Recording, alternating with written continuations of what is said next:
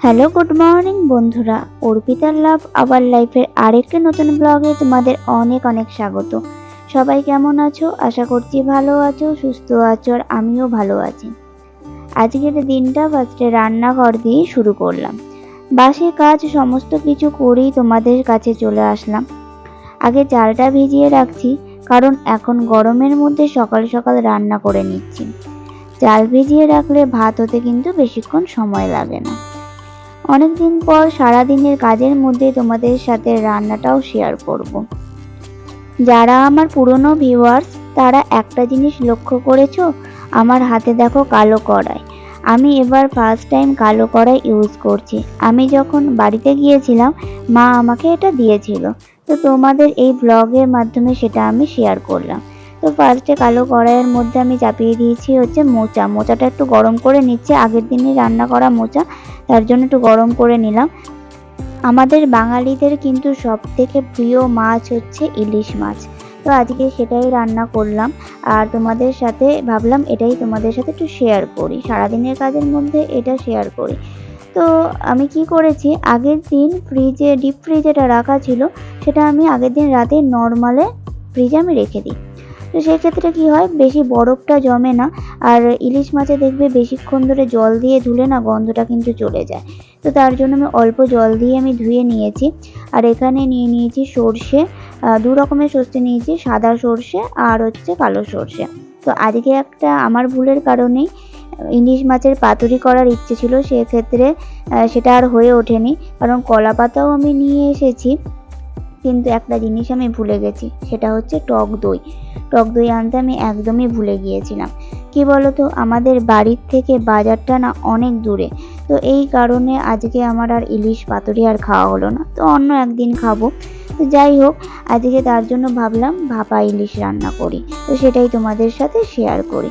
তো এখানে নিয়ে নিয়েছি কালো সর্ষে, সাদা সর্ষে, আর বেশি করে কাঁচা লঙ্কা নিয়ে নিয়েছি, কারণ কাঁচা লঙ্কা না একটুও ঝাল নেই। এখনকার দিনে কাঁচা লঙ্কাগুলো এক ফোঁটাও ঝাল নেই। তো যদি ঝাল না হয়, তার জন্য আমি কিছুটা কাঁচা লঙ্কা চিড়ে চিড়েও দিয়ে দেবো। এখানে সবার ফার্স্টে আমি এখানে হলুদ আর পরিমাণ মতন নুন আর যেটা মশলাটা বাটা ছিল সেটা দিয়ে ভালোভাবে পুরোটা মাখিয়ে নেব। তারপরে আমি কড়াইতে একবারে ডাইরেক্ট দিয়ে দেবো, কারণ এটা অনেকেই করে, আমিও করেছি, যে টিফিন বক্সের মধ্যে করে ভাপা। তো সেটা আমি এবার করিনি। এবার দেখো, কড়াই কিছুটা পরিমাণ তেল দিয়ে গরম করেই কিন্তু আমি ইলিশ মাছগুলো দিয়ে দিলাম। এবার পরিমাণ মতন জল দিয়ে ঢাকা দিয়ে দেবো, তাহলেই হবে। আর কিছুটা লঙ্কা চিড়ে নিয়েছি, তোমাদেরকে তো বললাম ঝাল যদি না হয় সেক্ষেত্রে ওই লঙ্কাগুলো দিয়েও কিন্তু ঝাল হতে পারে। তো এবার কাঁচা তেল আমি কিন্তু ওপর দিয়ে দিলাম। এবার ভাপা ইলিশের মধ্যে কাঁচা তেল যদি ওপর দিয়ে দেওয়া যায়, সত্যি খুব সুন্দর লাগে কিন্তু খেতে। রান্নাটা ওদিকে বসিয়ে দিয়ে আমি এদিকে চলে এলাম। সকালের খাবারটা এবার খেয়ে নেব। তোমাদের মনে আছে, আমার অনেক আগের ব্লগে তোমাদের সাথে সকালের খাবার শেয়ার করতাম। আমাকে অনেকেই বলেছিল, তুমি সকালে শুধু আলু ভাজা দিয়েই ভাত খাও। হ্যাঁ, আমি বেশিরভাগ দিন আলু ভাজা ঘি দিয়েই ভাত খাই, কারণ আমার খুব ভালো লাগে খেতে। যেদিন সকালে তরকারি হয়ে যায়, সেদিন ওই তরকারি দিয়েই ভাত খেয়ে নিই। কি বলতো, খাওয়া হচ্ছে যার যার নিজের ইচ্ছায়। আমার যেটা ভালো লাগে সেটাই তো আমি খাবো, তাই না? তো এদিকে দেখো, মাছটা বসিয়ে খেতে গিয়েছিলাম, মাছটা কিন্তু আমার হয়ে গেছে। আর কালারটা কিন্তু দেখতেও খুব সুন্দর হয়েছে, আর খেতে কিন্তু অসাধারণ হয়েছে। তো ভাতটাও আমার কমপ্লিট হয়ে গেছে, তাই ফ্যানটা ঝরিয়ে নিচ্ছি।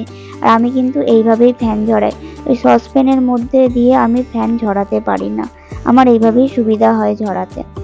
তো আজকে কিছু জামা কাপড় কেচেছিলাম, আজকে দেখলাম খুব রোদও উঠেছে, তাই ভাবলাম কিছু জামা কাপড় আছে কেচে দিই, শুকিয়ে যাবে।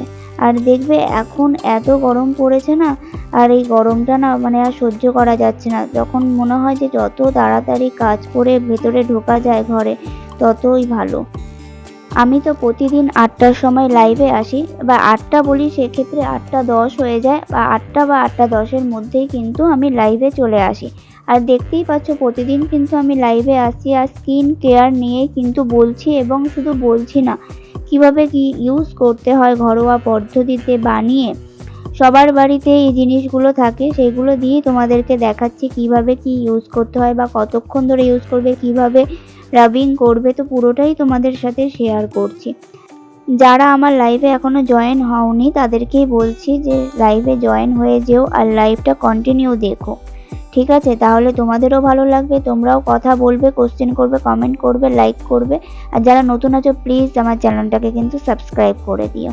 তোমাদের যদি অবশ্যই এরকম ভিডিও ভালো লাগে অবশ্যই কিন্তু চ্যানেলটা সাবস্ক্রাইব করে দিও আর কমেন্টে লিখে জানিও তোমাদের কেমন লাগলো। আজকে দেখেছো সকালবেলায় বিছানা তুলিনি, আজকে সকালে সবার আগে রান্না আর কাচা ধোয়া করে নিয়েছি, তারপর ঘরে ঢুকেছি বিছানা গোছাতে। আজকে বিছানার চাদরটা চেঞ্জ করব, তাই ভাবলাম ও অফিস বেরিয়ে যাক, তারপর ধীরে সুস্থে কাজ করা যাক। আমাকে তোমরা সব সময় দেখেছো সাদা বা হালকা কালারের বিছানার চাদর পেতে রাখতে। আমার কাছে বেশিরভাগই সবই হালকা কালারের চাদর, আজকে একটু ডিপ কালারের চাদর পেতে দিলাম। ভাবলাম যে দেখি কেমন লাগে আজকে পেতে। তো আজকে ফার্স্ট টাইম আমি এই চাদরটা বিছানায় পাতলাম, তারপরে দেখলাম যে ভালোই কিন্তু লাগছে। বিছানা গোছানো আমার কমপ্লিট হয়ে গেছে, এবার ঝাড় দিয়ে ঘর মুছে নেব। এখন বাজে হচ্ছে দুপুর 12:30 আর আমি স্নান করে চলে এলাম, আমার সব কাজই কমপ্লিট হয়ে গেছে। এবার আমি সানস্ক্রিন ইউজ করব।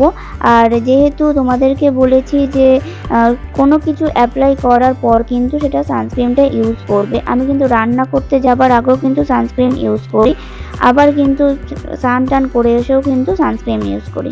তো দেখো আমার মা আচার পাঠিয়েছে, তোমাদেরকে দেখিয়েছিলাম, সেই আচারটা আমি রোদে দিয়েছি। ওয়াও, দারুণ হয়েছে, দারুণ। আরও শুকালে আরও ভালো লাগবে। আজকে তো সেরকম রোদ ছিল না, কিন্তু রোদের খুব তাপ আছে। তোমাদেরকে দেখিয়েছিলাম মা আচার করছিল, তো মা আমাকে পাঠিয়ে দিয়েছে, নিয়ে এসে আমি এখানে রোদে দিচ্ছি। তো আজকে রোদে দিয়ে খেলাম, আজকে ফার্স্ট খাচ্ছি এই আচারটা। জাস্ট অসাধারণ হয়েছে, অসাধারণ। কারণ আচার নাকি কাঁচা জামা কাপড়ে ধরতে হয়, তো তাই আমি স্নান টান করা হয়ে গেছে, রোদ তো চলেই গেছে। এবার আচারটা তুলে দেবো, তার আগে আমি একটু খেয়ে নিই। খুব সুন্দর হয়েছে খেতে, আর আচার দেখলে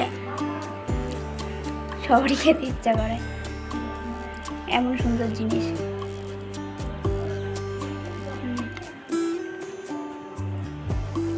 এখন বাজে সন্ধ্যে 7টা, যেহেতু চপ এনেছিল আমি ভাবলাম অল্প কটা করে ভাত খেয়ে নিই। তোমাদেরকে আমি আগেও দেখেছি যে সন্ধ্যেবেলায় আমি একটু ভাত খাওয়ার অভ্যাস আছে। তো চলো বন্ধুরা, আজকের মতন ভিডিওটা এইটুকুনি, আবার দেখা হচ্ছে নতুন কোনো ব্লগে। সবাই ভালো থেকো আর চ্যানেলটাকে প্লিজ সাবস্ক্রাইব করে দিও। টাটা।